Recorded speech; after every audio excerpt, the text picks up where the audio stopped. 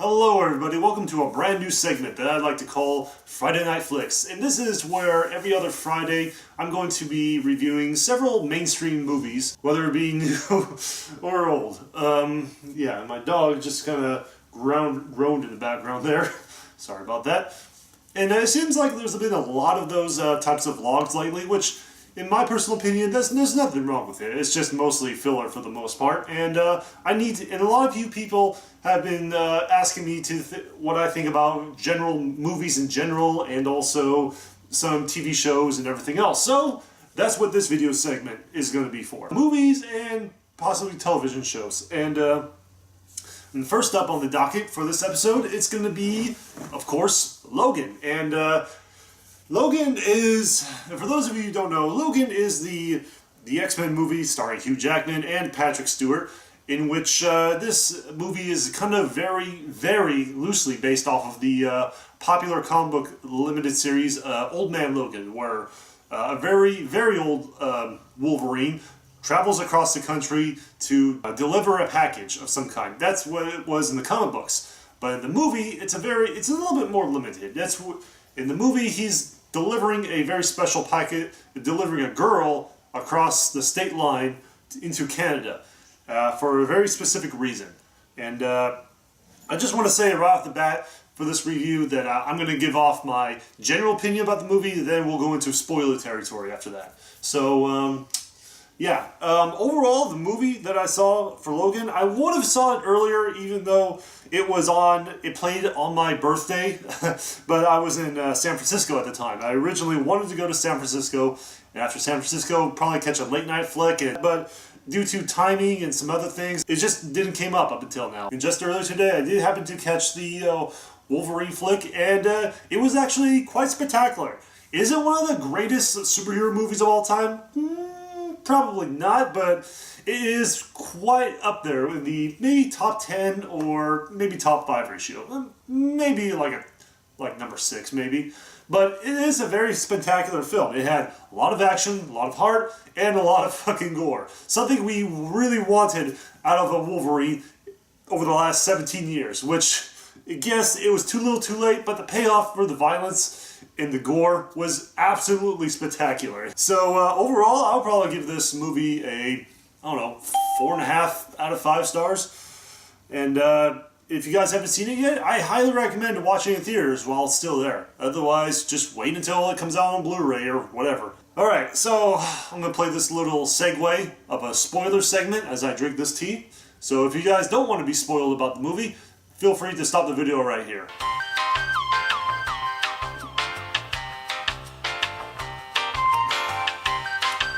Spoilers! Wolverine dies at the end, along with Patrick Stewart and pretty much a lot of other characters. Oh, except for the little girl, which happens to be X-23 of all people, which a lot of diehard fans would have kind of saw this coming, but at the same time, she was actually spectacular. She was not wasted at all in this movie. She wasn't just like some whiny little girl. She was a brutal fucking savage. She was pretty out there, pretty messy and pretty gory, and she used both her utilities with both her two claws and of course her foot claw as well. Her character did not go to waste. She was great. Even though in a lot of those chase movies, they did have those scenes where they always have to treat the package very carefully to treat her, but the goons, they didn't treat her very lightly. They knew she healed, and they still shot at her. They shot harpoons right through her gut, and she ripped it out with feral rage, which was pretty awesome. Yeah, she was great. Throughout the first 2 quarters of the movie, she was pretty much completely quiet up until like the day after Charles Xavier dies, which I'll get into that in just a moment. At the day after Charles Xavier dies, the movie producers must have thought, hey, we needed we can't just have Logan talking to himself for the last 30 minutes of the movie, so let's have her say some stuff. So she finally did, mostly in Spanish, but also a lot of stuff in English as well. But, she was kind of quiet for the most part. I really didn't like the whole silence thing up until near the very end. But at the same time, she was they didn't really have the subplot of her having the trigger set. Now, for those of you who are unaware of X-23 in the comics, X-23 does have a bit of a weakness where she has this thing called a trigger scent, which was developed and manufactured by Weapon X when they created her. Trigger scent is this chemical, very special chemical, which sprayed onto a person, on any person in particular, she will go into a rabid dog mode and go after that person who was sprayed with the trigger scent until she violently kills them.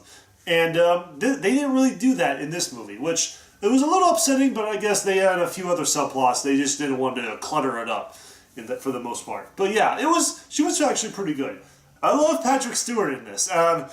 He did have his own personal problems, especially after having, the older he got, his subplot was he was having some ALS or some other degenerative brain disease. For a telepath, that is a huge problem, because throughout the movie, most of the movie, he was sending off these, every time he had an episode or attack, he sent out these psychic wavelengths, like a psychic atomic bomb that would cripple people. And apparently that's what happened to most of the X-Men, where they got killed off because of Charles' psychic episode. And for some reason, Wolverine's the only one, because of his healing factor and his metal claws, his immunity towards mind control, he's able to withstand it for the most part.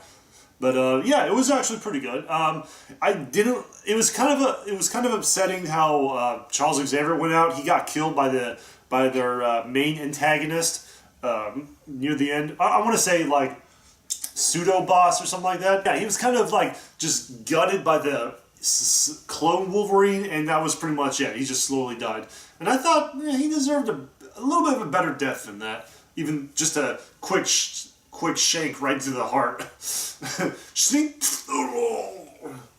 Yeah, just shanked him right into bed. That was just really messed up. As for the villains of this movie, I would have to say that for the most part they did do pretty well for themselves, even though there wasn't really a whole lot of good strong villains. It was just like mostly goons and Donald Pierce. And he did have cybernetic enhancements for the most part, but a bionic arm and a leg or two or something like that. And of course his Reavers, which as cool as they weren't really flushed out very well. I was a little upset because the Reavers in the X-Men comics, they were human terrorists that solely seek out and kill mutants. But in this one, they were just mostly goons with cybernetic enhancements as well. Nobody really memorable or anything like that, which I was really disappointed. There was no Skullbuster or Bone Crusher. No Bone Crusher, man. I was really looking forward to seeing a half-man, half-tank treads just running over and fighting people, but they didn't really have that. They didn't really have Bone Crusher in that one.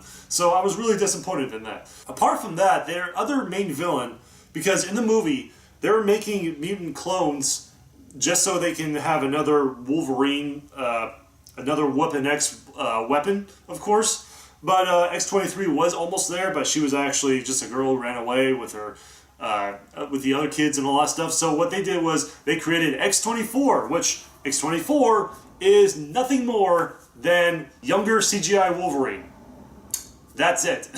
And that's one of the most disappointing parts about the Wolverine trilogy, I want to say, is that it has a good story. They have good storylines, good characters, but when it came to the main villains, the main antagonists of the film that Wolverine fights at the end, they're not really, they're either over the top or really ridiculous. And in Wolverine Origins, you had Baraka-Pool as the main villain. In the second one, you had an oversized mecha Silver Samurai, and now you just have Wolverine clone.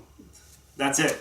Which, for the most part, he was pretty savage, but all he did was just mostly growl and slash people away. But yeah, the villains weren't really strong in that one. They were just there to provide the character the stories while, chasing the good guys down. And speaking of good guys, Hugh Jackman as Wolverine, he did pretty well for the most part. Well, he did very well, especially with his action scenes with the, finally showing us what we really wanted to see was the Wolverine gore and violence, where he was chopping up people's arms off, cutting off their cheeks and jaws, and also just ramming the claws right up through their skull, which is pretty awesome if you ask me. It was just something that was too little, too late in my opinion, but at the same time, after Fox's successful movie release of Deadpool, they figured, why not, rated R superhero movies, which which seems like that's all the more reason for them to pretty much carry on more X-Men movies and TV shows, which apparently they're still going on forward with that. They're just not going to use Hugh Jackman and Patrick Stewart anymore, which that's all right with me. It just seemed like their time was done. And what a perfect way to go out than, dying a hero. Wolverine did die out, and in his particular case, he got older, and the older he got, his healing factor started to slow down on him. That was another subplot with Wolverine, where he was slowly dying because the adamantium inside of his body was slowly killing him. Because in the comics, adamantium, a lot of people cannot survive on with the adamantium inside their body because adamantium is poisonous. And apparently that's one of the reasons why Weapon X, or Wolverine, was chosen for that to begin with, was because his healing factor can withstand the inside of the adamantium skeleton and whatnot. Because originally they did try to do Weapon X projects on regular humans, but the adamantium poison pretty much killed them instantly, so they need someone with a healing factor. So that's where Wolverine comes in. But of course, like I said, that was another subplot which worked out pretty well for the most part. His healing factor was really, really slow, slowing him down. And of course, it pretty much killed him off altogether with the final battle with X-24. After so many stabs and claws, and I think what really did it was that giant fucking spike log through his chest. Yeah. R.I.P. with Hugh Jackman Wolverine. You will be missed. Yeah, so overall, it did pretty well, and it gave a pretty well significant end to the movie series. And I have to say, I do look forward to more movies that are coming out with the newer casts after, because from what I hear, they're doing more sequels and stuff like that with X-Men Apocalypse, after X-Men Apocalypse with James McAvoy and Michael Fassbender. So I'm looking forward to seeing what they can do with those characters, because they say they are still interested. I'm looking forward to that. But overall, Logan is a perfect end to the Wolverine trilogy. Now, for a lot of people, they say the greatest X-Men movie ever.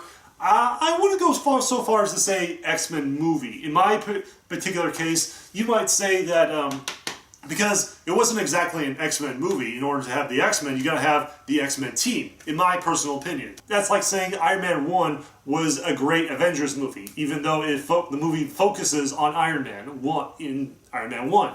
In this particular case, the Wolverine trilogy was, in fact, just a movie focused on Wolverine. It is the best Wolverine movie overall, without a doubt. And it is fantastic. 4.5, and despite my minor complaints and a few nitpicks, mostly because I'm a diehard comic book fan, but for movie purposes, I can understand they have to tweak and change a few things, like I said before about, Donald Pierce and, Trigger Sense with X-23 and overall, and other than that. But overall, it was a very fantastic film. So, with that said, I'm going to conclude this segment of Friday Night Flicks, and I hope you guys enjoyed this, and I hope to do very much more movies like, video segments like this in the near future. Either whether it be every Friday or every other Friday, I'm not quite sure quite yet. I got I'm really busy. I have a schedule which I'm really busy with, and I got to focus on and everything else. I don't know why I'm gesturing with my hands like that, but if you guys are interested in requesting any other movies that I would like to review, you are more than happy to ask me any requests on Patreon. Yeah, that's right. As much as I do enjoy reviewing stuff like this, I want to say that it is very time consuming on my part. And if you guys are interested if you want to sign up, and if you guys are interested in requests for any other future movies that I want to vlog about, feel free to check out my Patreon page, and for the small price of $2 a month, I will be more than happy to take your requests for Friday Night Flicks. I'm also going to be working on uploading more behind-the-scenes footages of my personal life, or some videos I'm also working on for you $2 patrons as well, or higher, because I really want to get my Patreon page up and off the ground. So, I hope you guys understand where I'm coming from. As much as I love doing this, like I said before, it's very time consuming. Do what I can. Alright guys, thank you all for watching, and I'll see you all next time.